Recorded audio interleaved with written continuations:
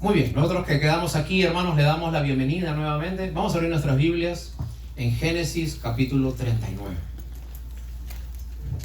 Génesis capítulo 39.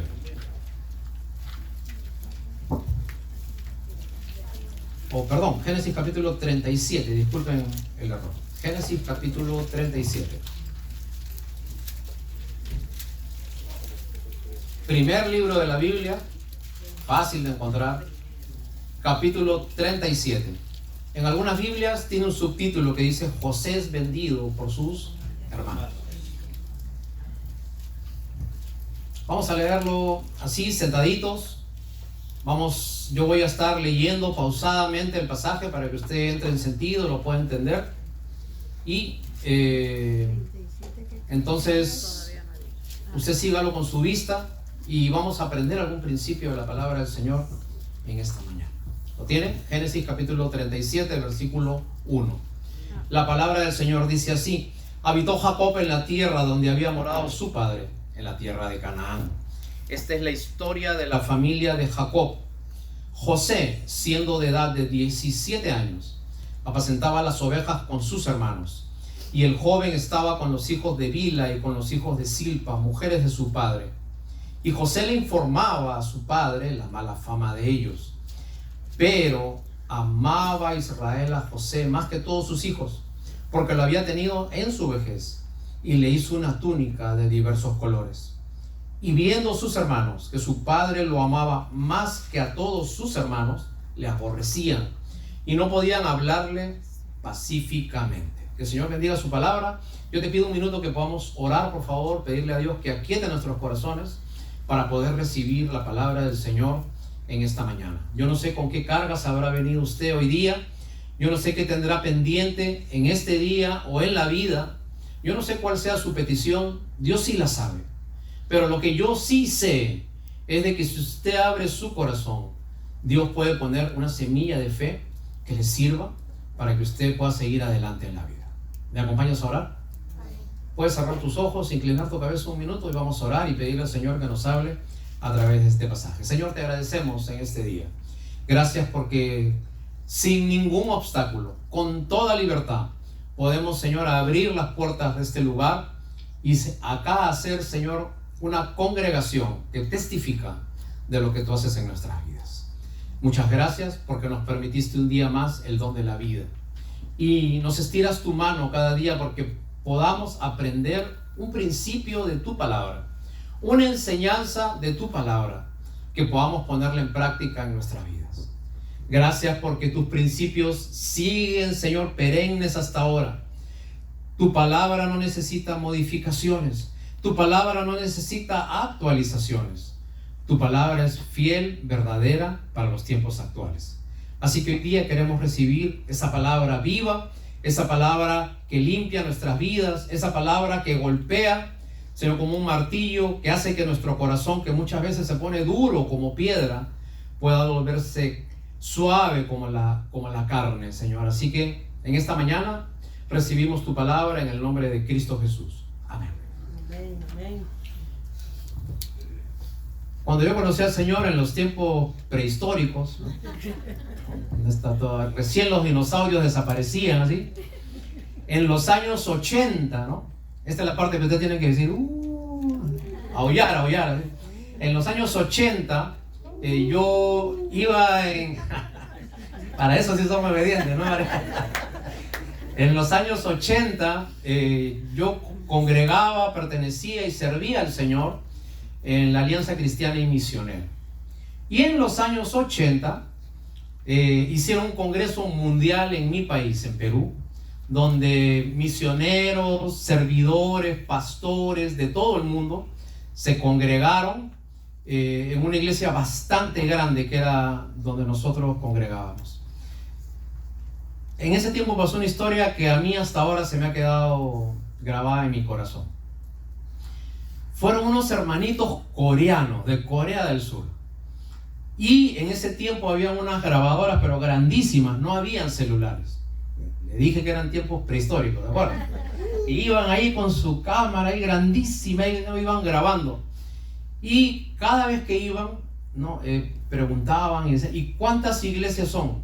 Bueno, comenzamos hace 25 años. Comenzamos con una iglesia. ¿Y cuántas iglesias son?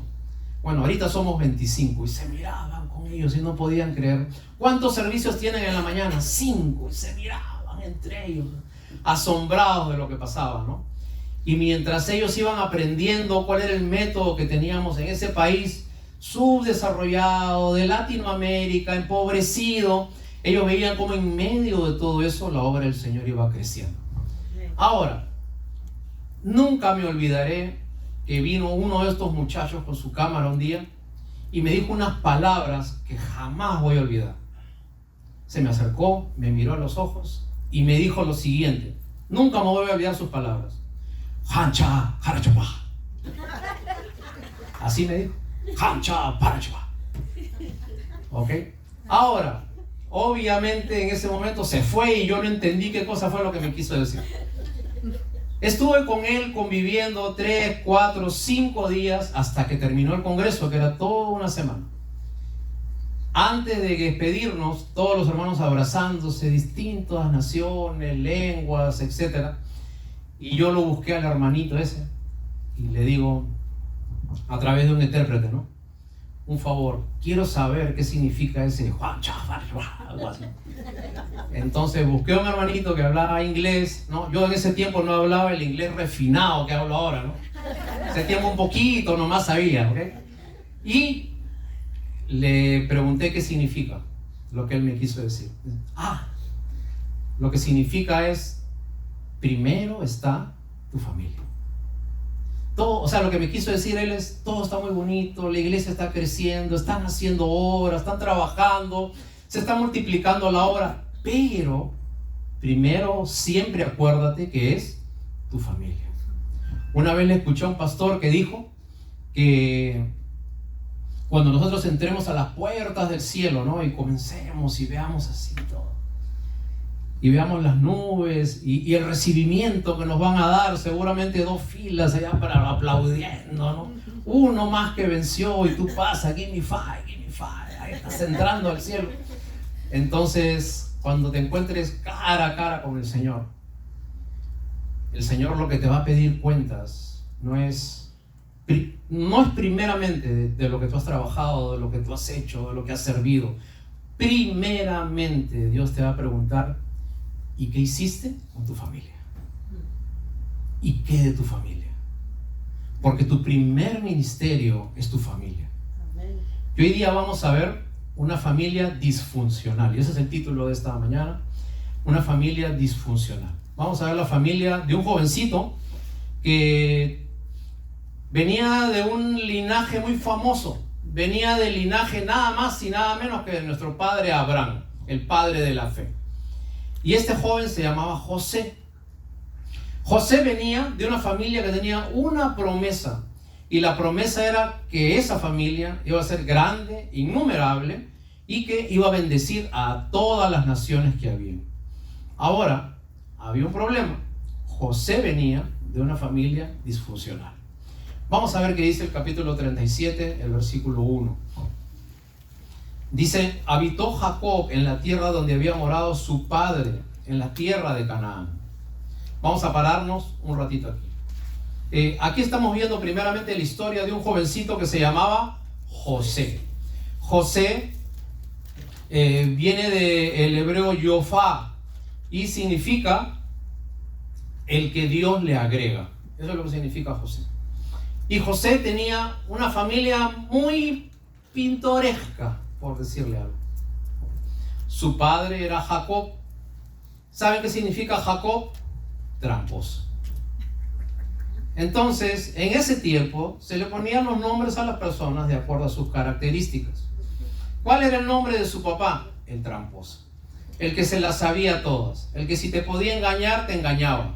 El que si no te dabas cuenta, te agarraba algo. Ese era el papá de José. Ahora, y tenía un abuelo que también era otra joyita, que se llamaba Isaac. Isaac era un hombre que no hacía nada en su casa, ¿no? Paraba tirado viendo Netflix, ahí viendo TikTok, ¿no? Viendo la Champions, las Olimpiadas, paraba ahí. Y como no hacía nada, paraba ahí porque su papá tenía plata. Dice la Biblia que cuando tuvo 40 años, su papá tuvo que mandarle a buscarle novio. ¿Okay? Porque no se casaba, no se iba de la casa, no hacía nada. Era un muchacho dejado. ¿Ok? Ahora te pregunto, ¿cuáles son las posibilidades de triunfar de José teniendo un abuelo dejado y un papá tramposo?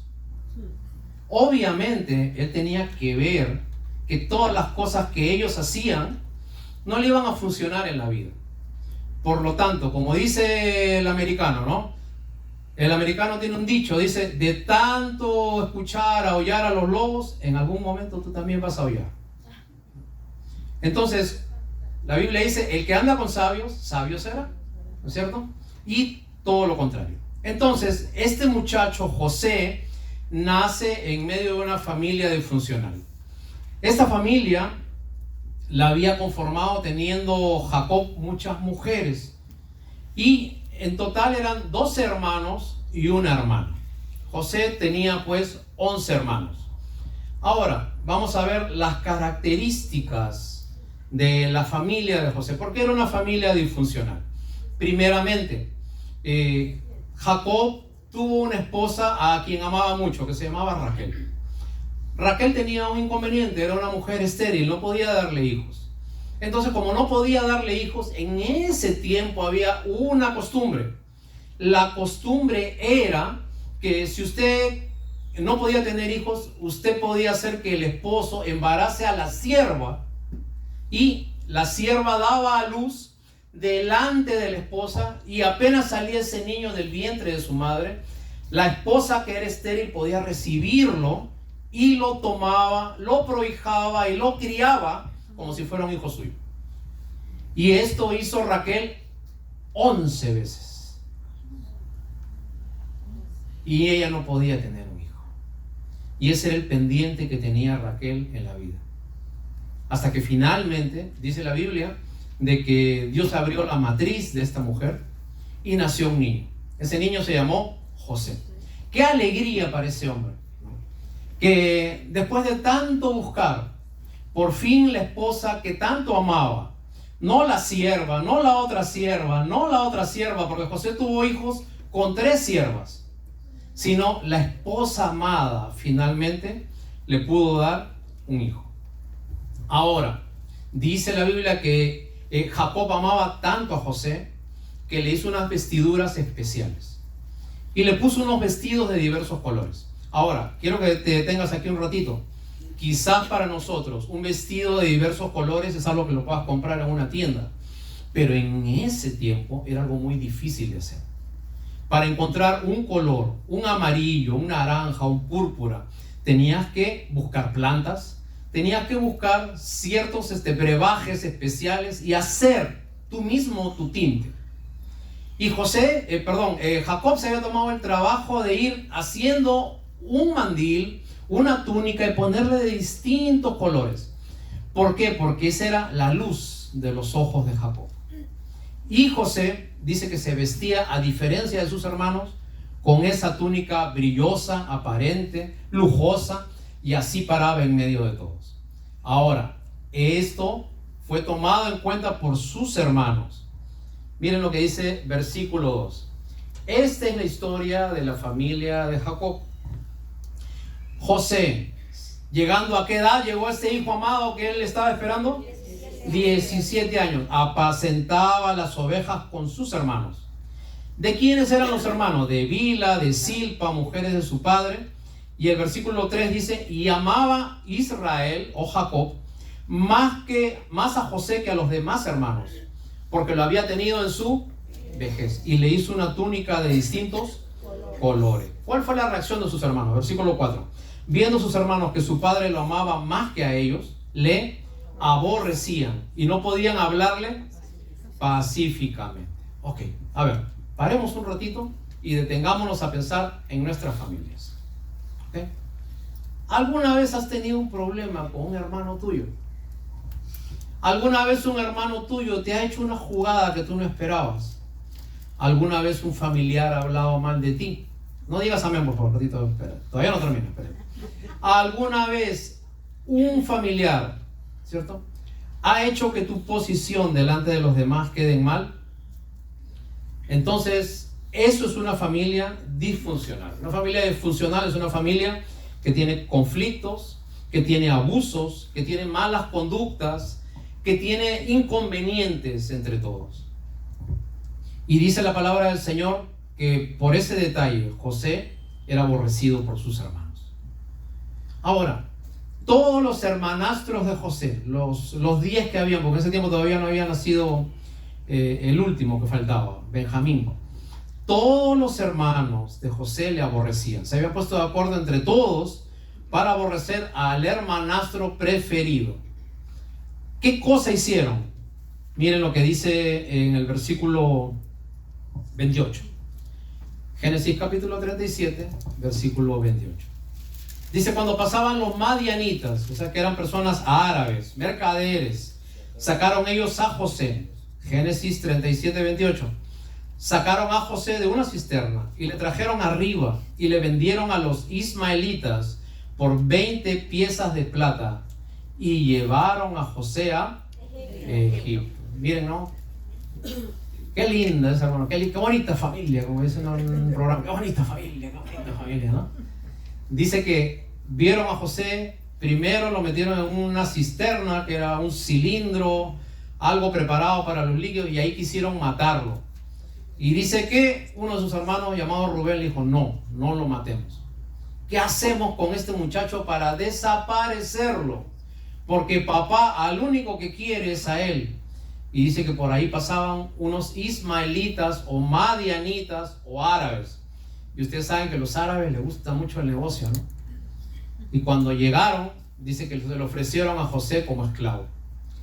¿Qué dijeron los árabes? ¿Cuánto querés por el muchacho? Y les dieron el costo de un esclavo, 20 piezas de plata. Y por ese motivo, José fue llevado hasta Egipto. Ahora, lo que no sabían ellos era de que Dios estaba en medio de cada circunstancia de la vida de José. Y hermano, yo te digo algo. O sea, yo no sé de qué familia procedas, yo no sé qué problema hayas tenido en casa, yo no sé si tu familia ha sido regular, disfuncional, si has tenido en tu casa traiciones, peleas, discusiones con alguna persona que tú pensabas que merecía toda tu confianza. Pero lo que yo sí te puedo decir es que a pesar que nosotros no sepamos el futuro, Dios sí está en el futuro y Él comienza a hilar cosas para que todo salga a favor tuyo. Si usted está con el Señor, todas las cosas obran para bien. Ahora, este muchacho primeramente había sido tomado por sus hermanos, traicionado por ellos, después vendido por ellos. Y miren hasta dónde llega la maldad de los hermanos de José, que dice que agarraron la túnica de José, se la quitaron y se la enseñaron a su papá y la bañaron con sangre de un animal. Y le dijeron: papá, hemos encontrado esta túnica. ¿Reconoce si es la túnica de tu hijo? Claro que era la única, porque era la única que había en el mercado. Y cuando el papá dijo: sí, es la túnica de José, bueno, ha muerto. Dice que el papá lloraba. Los 10 se quedaron callados. Miren el corazón malo de esta persona, ¿no? Ahora, Jacob creció o siguió envejeciendo pensando que José había muerto. Avanzamos un poquito más con la historia, capítulo 39, versículo 2. Avance un poquitito más en su Biblia. Génesis, capítulo 39, versículo 2. Los hermanos habían dado el gusto, lo habían vendido. El que era un estorbo para ellos ya no existía a sus ojos.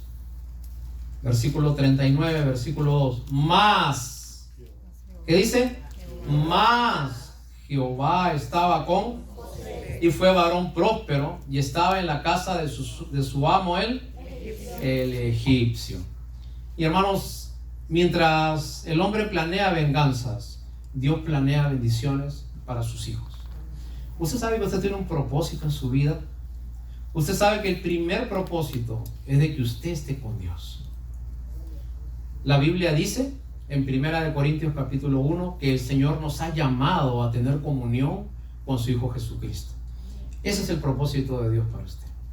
Que usted tenga comunión, relación, amistad con su Hijo Jesucristo. Y la Biblia dice que nosotros somos justificados cuando estamos delante de Dios. ¿Sabes qué significa la palabra justificados? Significa que alguien pagó el precio por su maldad, por su equivocación. Yo no sé si usted ha tenido alguna vez esta experiencia, yo sí la he tenido, de que usted está comiendo con un grupo de amigos y usted se levanta después que come, va a pagar, y cuando va a pagar, el de la caja le dice: perdón, señor, su amigo que estaba almorzando con usted ya pagó. O sea que no tengo que pagar todo, él ya pagó todo. Usted disfrutó, usted comió, usted cenó y otro pagó el precio. Justificar significa de que alguien pagó el precio por su pecado. ¿Cuántos quisiéramos tener amigos así, no es cierto? Así que si quieren invitarme a un restaurante, hermano, amén, ¿no? Okay. Y hermanos, qué bueno es el Señor. El Señor, a nosotros la salvación no nos costó nada, pero el Señor, a Dios le costó la vida de su propio Hijo. Por lo tanto, tenemos que no tomar en poco esa salvación que el Señor nos da. Porque Dios envió lo que más amaba. Dios envió lo que más quería, que era su propio Hijo, para pagar por su pecado. Seguimos avanzando. Dice la Biblia que mientras los hermanos seguían en su mentira, ocultándole a Jacob lo que había pasado, Dios por otro lado estaba prosperando al indefenso. Así de que si usted ha sido dañado de alguna manera, de alguna forma por alguien, nosotros le pedimos algo. Lo primero que usted tiene que hacer es dejar atrás cualquier resentimiento. Usted lo que tiene que hacer es dejar esa mochila pesada, la venganza, dejar atrás cualquier resentimiento y seguir adelante, porque si usted está con Dios, Dios va a hacer todo, va a abrir todos los caminos para que usted siga adelante en las cosas del Señor. No importa cómo se vean las circunstancias aquí. José, cuando llegó a Egipto, pasó por todo tipo de cosas. José primero fue puesto como servidor en la casa de un general. Después fue tentado y fue a una cárcel porque dijeron una mentira de él. Y José no sabía que Dios iba a cambiar su familia a través de él. Seguimos avanzando un poco en la historia. Vamos a ver Génesis, capítulo 41.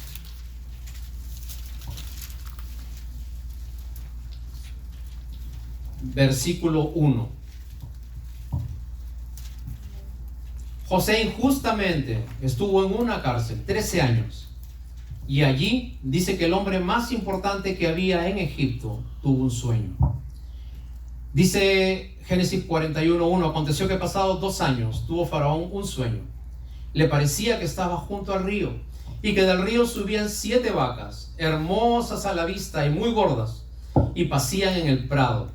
Y que tras ellas subían del río otras 7 vacas flacas de feo aspecto, sus carnes pegadas a sus huesos, y se pararon cerca de las vacas hermosas a la orilla del río. Y las vacas flacas y de feo aspecto se comían a las vacas hermosas y muy gordas. Y despertó Faraón. Versículo 5.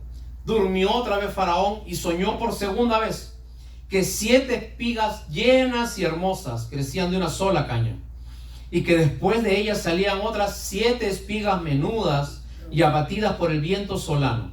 Las espigas menudas devoraban a las 7 espigas gruesas y llenas. Y despertó Faraón, y aquí que era un sueño. Versículo 8. Sucedió que por la mañana estaba agitado su espíritu. Envió e hizo llamar a todos los magos de Egipto y a todos sus sabios, y les contó Faraón sus sueños, mas no había quien los pudiese interpretar a Faraón. Y alguien por allí que había conocido a José le dice: yo conozco a un muchacho hebreo. Cuando yo estuve en la cárcel, él me interpretó 2 sueños, y lo que él me dijo se cumplió al pie de la letra. Entonces Faraón manda a traer a este hombre y dice: ¿cómo se llama? Se llama José y está en una cárcel. Tráiganmelo aquí. Entonces, versículo 14. Faraón envió y llamó a José. y lo sacaron apresuradamente de la cárcel. Se afeitó, cambió su ropa, vino a Faraón. Y Faraón le dijo a José: yo he tenido un sueño y no hay quien lo interprete. Mas he oído decir que tú oyes sueños para interpretarlo. Miren lo que le responde José, versículo 16.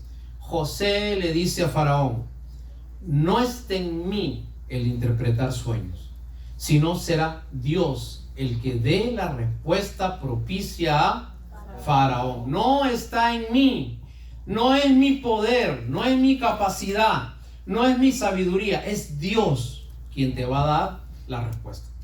Y José le dice a Faraón: acá lo que va a pasar es lo siguiente: van a venir 7 años de mucha abundancia y posteriormente van a venir 7 años de mucha hambruna.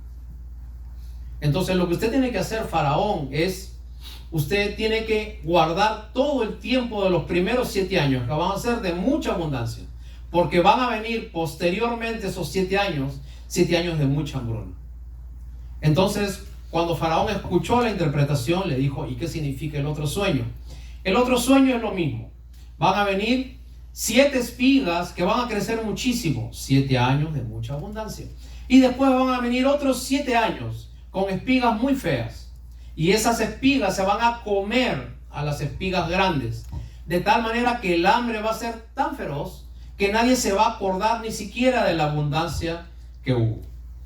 Entonces, Faraón, cuando escucha el sueño, miren lo que responde. Vamos a buscar Génesis capítulo 41, versículo 33. Lo que le recomienda José a Faraón: por tanto, provéase ahora Faraón de un hombre prudente y sabio, y póngalo sobre la tierra de Egipto. Haga esto Faraón y ponga gobernadores en el país. Y el 20% de la tierra, de todo lo que produzca, guárdelo. Y junten toda esa provisión en graneros y recojan trigo bajo la mano de Faraón. Versículo 38. Desde el 37. El asunto pareció bien a Faraón y a sus siervos. Y dijo Faraón a sus siervos: miren lo que dice: ¿acaso hallaremos a otro hombre como este, en quien esté el Espíritu de Dios? Y dijo Faraón a José: pues que Dios te ha hecho saber esto a ti, entonces no hay alguien más sabio que tú.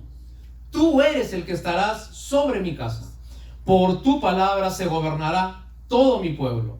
Solamente, lo único que no puedes tener es el trono. Y el único que estará por encima tuyo, solamente seré yo. Versículo 42.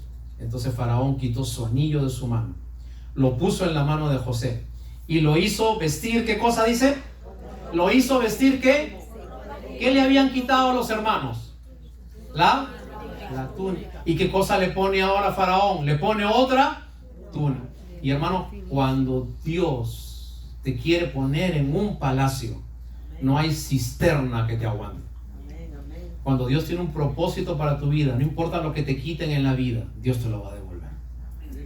Así que en esta mañana me gustaría decirte algo.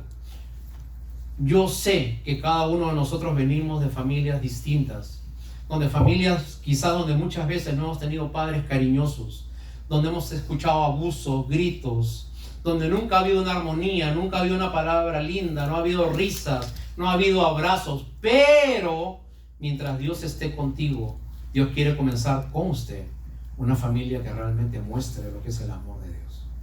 ¿Por qué las siguientes generaciones de hijos ya no quieren seguir las cosas del Señor?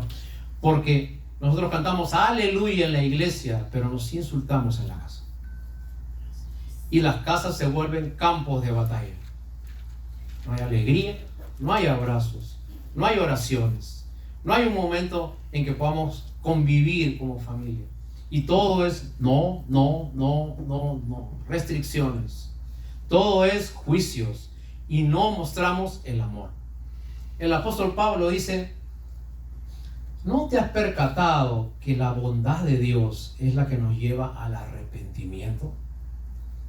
Te repito, el amor, la bondad de Dios es lo que nos lleva al arrepentimiento. Y hermanos, la bondad es lo que lleva al arrepentimiento.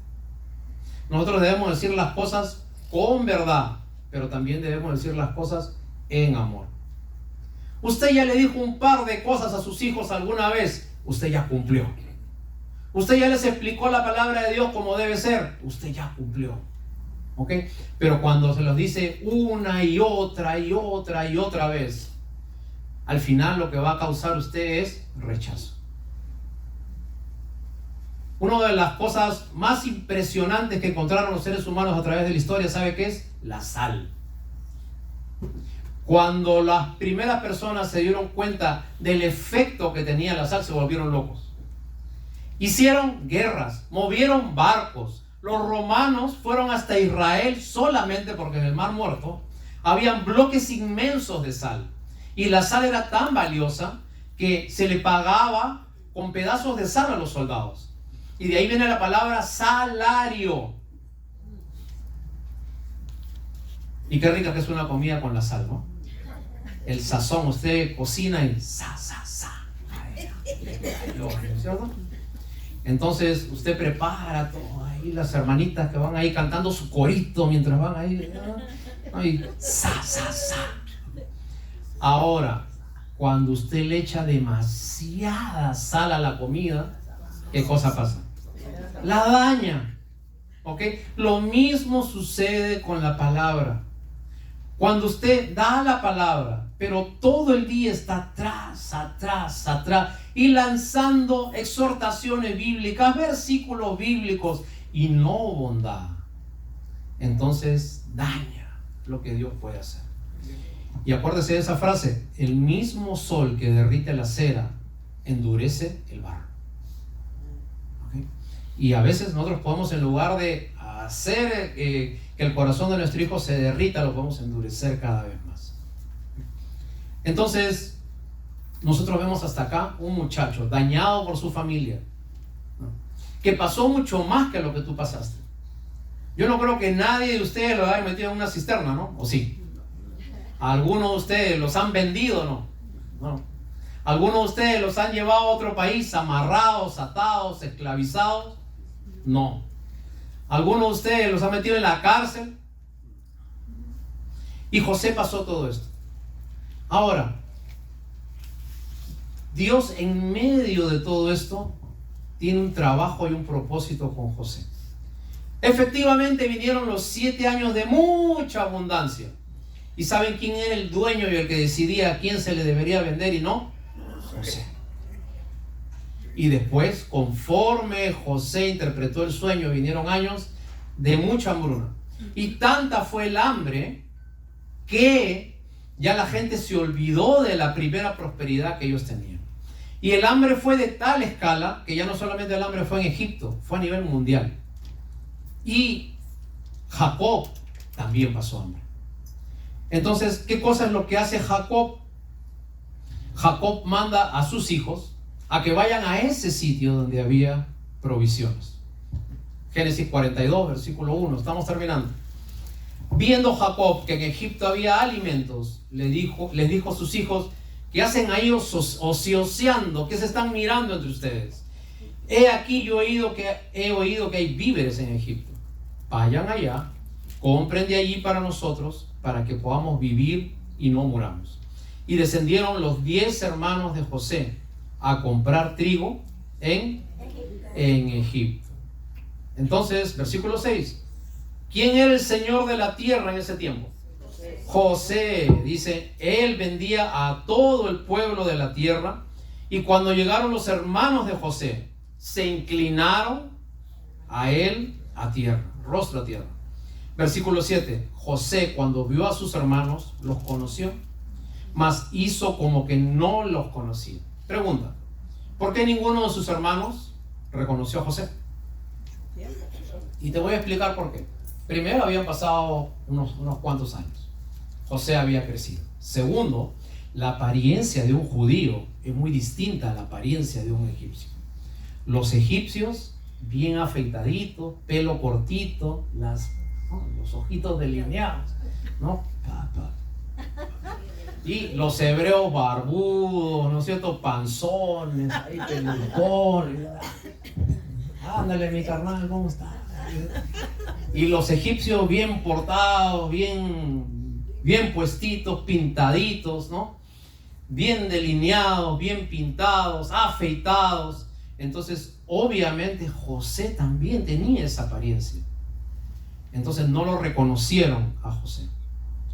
Ahora, la Biblia dice que Dios permite finalmente que estos hermanos que habían atropellado, hablado, chismoseado, acordado, complotado, vendido a José, ahora finalmente se encuentren con él. Un principio que nosotros podamos sacar de acá: cuando tú tienes que sanar una herida personal, la única forma de hacerlo es volver al principio.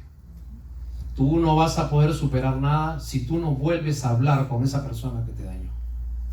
Tú no vas a poder sacar ninguna herida, ninguna espina de tu vida si no vuelves a hablar con esa persona que te hirió. Si no votas, si no perdonas, si no cambias y si no sacas esa bolsa de basura y la tiras lejos de tu vida. Y la Biblia dice que José se presenta delante de sus hermanos y José les dice: soy yo, sus hermanos. Entonces,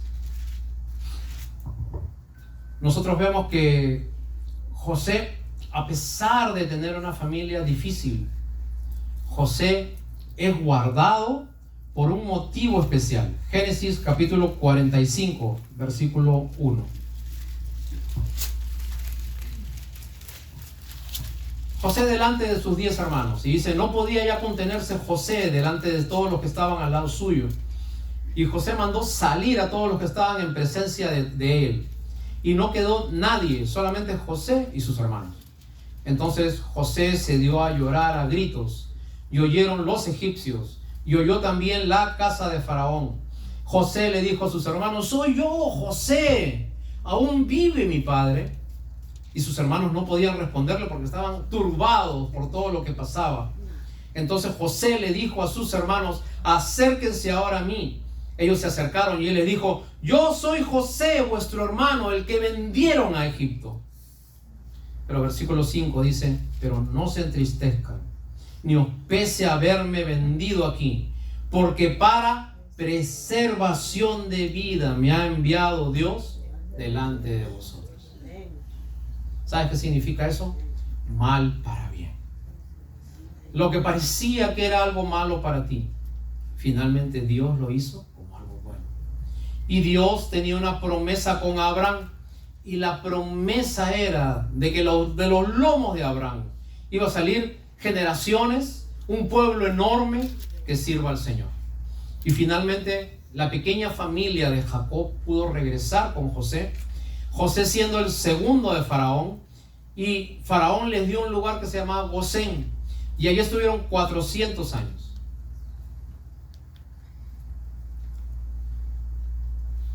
Yo no sé si usted se ha puesto a pensar que Dios quiere hacer algo con su familia a través suyo. Yo no sé si usted se ha puesto a pensar de que si toda tu familia ha sido difícil, que si toda tu familia viene de un contexto equivocado, que si toda la familia viene de ciertas costumbres que han llevado a mal, a desazón, a deshonra, a problemas, a bancarrota, a deudas, a familias por distintos lugares, Dios hoy día quiere que con usted se preserve una dinastía para el Señor. Y si usted es el primero que conoce las cosas de Dios, usted tiene que ser valiente.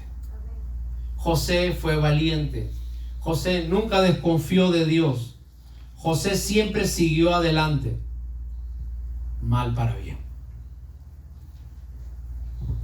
¿Qué esperas, querido amigo, para romper tu patrón familiar? ¿Qué esperas para reflejar los cambios en tu familia? Usted sabe que usted sin querer asume actos, asume manías y costumbres que llevan sus hijos. Te cuento una historia. Mira, hace mucho tiempo yo tenía una alumnita en la escuela dominical, chiquita. Esa chiquita, cada vez que nosotros se reunían con ella y le preguntaban: ¿y cómo te ha ido en la semana? ¿Cómo te ha ido Pepito? ¿Cómo te ha ido Juanita? ¿Cómo te ha ido Laurita? Cuando le tocaba a ella nunca quería decir nada. ¿Saben por qué? Porque antes de entrar a la clase de la escuela dominical, su mamá le decía: ya sabes, Si tu maestro te pregunta cómo te ha ido en la casa, tú no digas nada. No digas que nos gritamos, no digas que nos peleamos, no digas nada. Y ella asumía ese comportamiento. ¿Ok? Ahora, esa niña, pasaron los años, esa niña creció, esa niña se casó, esa niña a su vez tuvo otra niña. ¿Y sabes qué le decía esa que antes era niña a la más niña que había nacido? No le diga nada de lo que pasa en la casa. Transfiriendo de generación en generación los mismos hábitos. No es que existan maldiciones generacionales, existen patrones generacionales. Tú aprendes, adquieres manías, costumbres, palabras, formas de actuar y de decidir que tu familia tenía. Por naturaleza, los seres humanos imitamos. Pero cuando usted viene a las cosas del Señor, usted rompe toda cadena, usted rompe toda cosa que lo ata a Dios, que lo ata a su mundo y comienza a vivir las cosas de Dios. Usted sabe qué significa la palabra regeneración. Regeneración significa nuevos genes. Y cuando la Biblia dice que Dios nos ha regenerado, es que Dios tiene la capacidad de darnos nuevos genes. Su familia era así, pues hasta allí quedó. De ahora en adelante yo no voy a ser así. Yo voy a ser como me dice la Biblia que debo ser. Amén. Si en mi familia todos han sido personas que tenían hogares en conflictos, en discusiones, en gritos, pues yo ya no voy a ser así. Decido ser como Dios me dice que debo ser. Si yo no soy cariñoso, si me cuesta decir perdóname, te quiero, te amo, gracias, por favor, si no tengo esa dulzura para hablar, pues hasta allí quedó. Con usted comienza la nueva generación. Para preservación del alma es que Dios te está guardando, para preservar la familia que Dios ha prometido para ti. Por eso la Biblia dice: el que hurtaba, ya no robe más. Y el que le salían palabras deshonestas de su boca, ya no lo haga. ¿Sabes cómo se presenta la Biblia a Dios? O cómo Dios se presenta en la Biblia. Con una palabra: yo soy. Yo soy significa yo soy el que soy. Yo soy el que era. Yo soy el que seré. Yo soy lo que tú necesitas. Y hermanos, en la vida debes saber dos cosas: quién es el yo soy y quién eres tú. ¿Qué es aquello que te reclaman siempre en tu familia? ¿Qué es aquello que te reclaman tus hijos? ¿Qué es aquello que te reclama tu esposa? ¿Qué es aquello que te dicen: tú eres así, no cambia, cabezón, ¿por qué eres así? Y eso es lo que tú debes cambiar. A veces dicen: yo no sé en qué cambiar. En lo que te dice tu misma familia.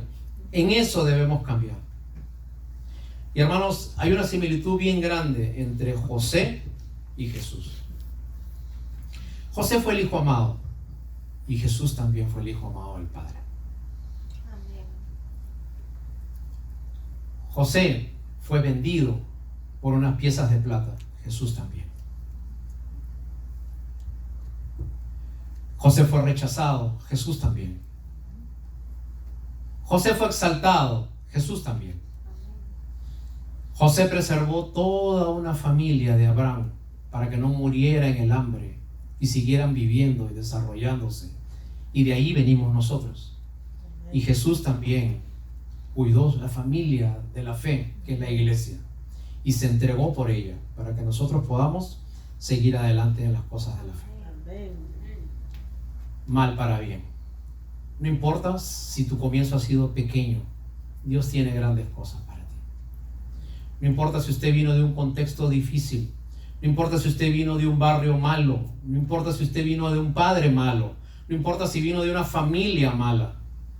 Cuando usted tiene un choque, un encuentro personal con Dios, Dios comienza a cambiar y a transformar su vida. Y no importa lo que pasó, si alguno está en Cristo, nueva criatura es. Las cosas viejas pasaron y aquí todas son hechas nuevas. No dice todas son hechas parchadas, arregladas, no, Dios no parcha, Dios no sana, Dios no pone benditas, Dios hace nuevo. Dios quiere darte una personalidad nueva, una forma de afrontar la vida nueva.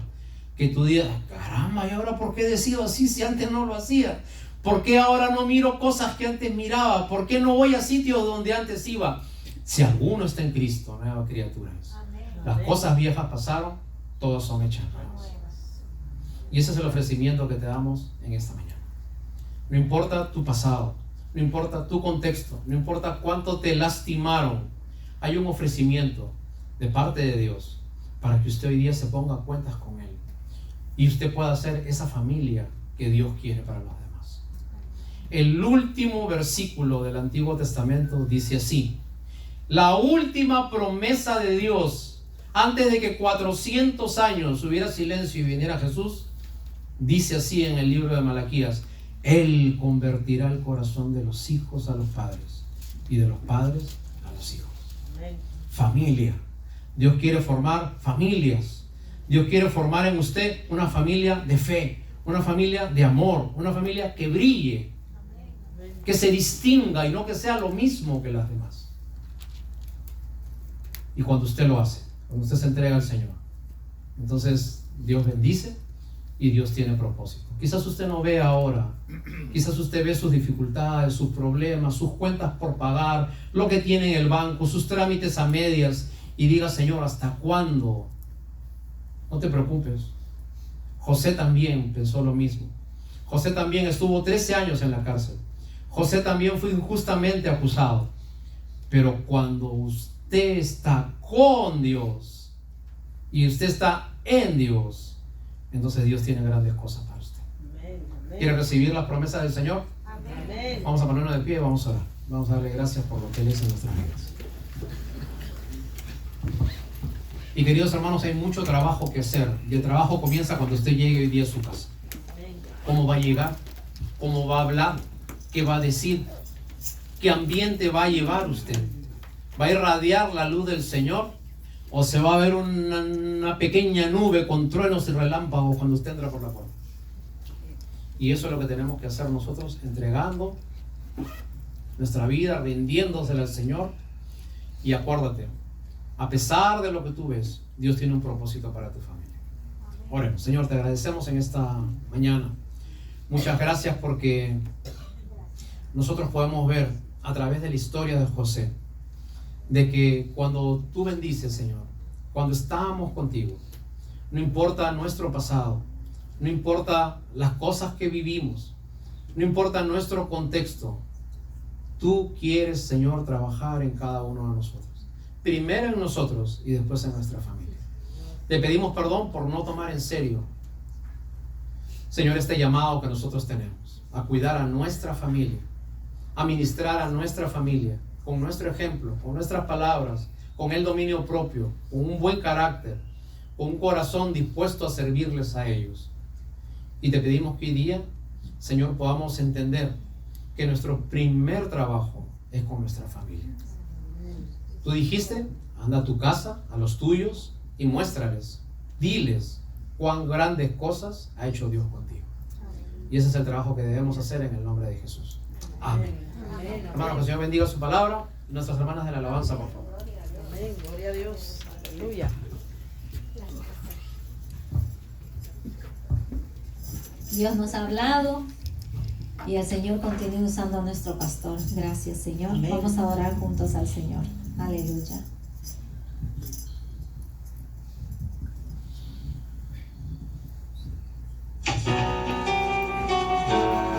La palabra Hosana significa salva. Así que cuando usted alabe al Señor, piense en las personas que usted quiere que el Señor salve. Amén. Santo Señor, gracias, Padre, por tu iglesia. Te adoramos en espíritu y en verdad.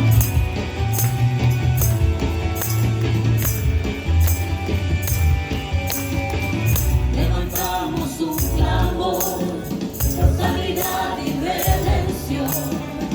Muéstranos lo que tú ves, los secretos de tu corazón. Tu pueblo unido pide hoy tu libertad y salvación. Ármanos con tu valor.